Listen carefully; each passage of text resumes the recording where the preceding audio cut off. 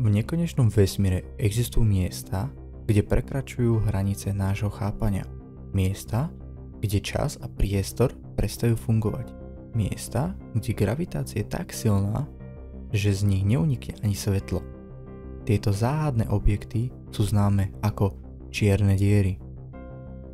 Čierne diery vznikajú z niečoho, čo kedysi bolo žiarivým svetlom.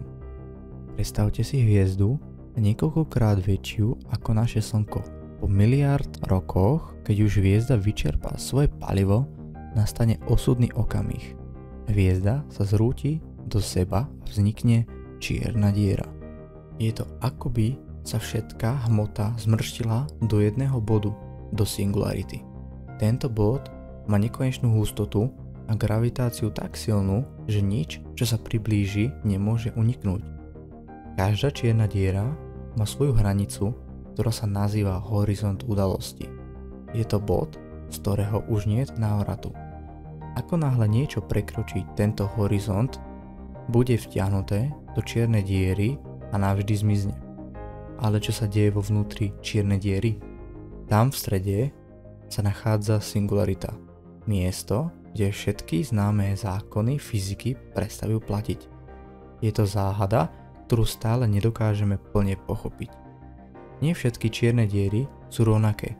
Niektoré sú malé, veľkosťou podobné menšiemu mestu a nazývajú sa hviezdne čierne diery.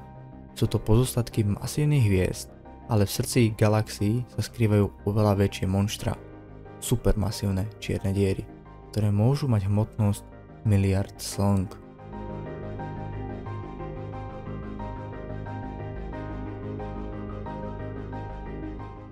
Čierne diery sú neviditeľné, ale ich prítomnosť môžeme odhaliť pomocou ich gravitačného vplyvu na okolitý vesmír.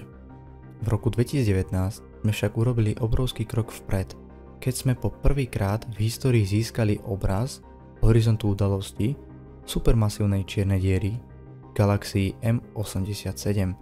Čierne diery sú ako portály do neznáma. Prinášajú nám viac otázok než odpovedí a posúvajú hranice našej fantázie a vedy. Ako sa bude vyvíjať naše chápanie týchto kozmických záhad, len čas ukáže.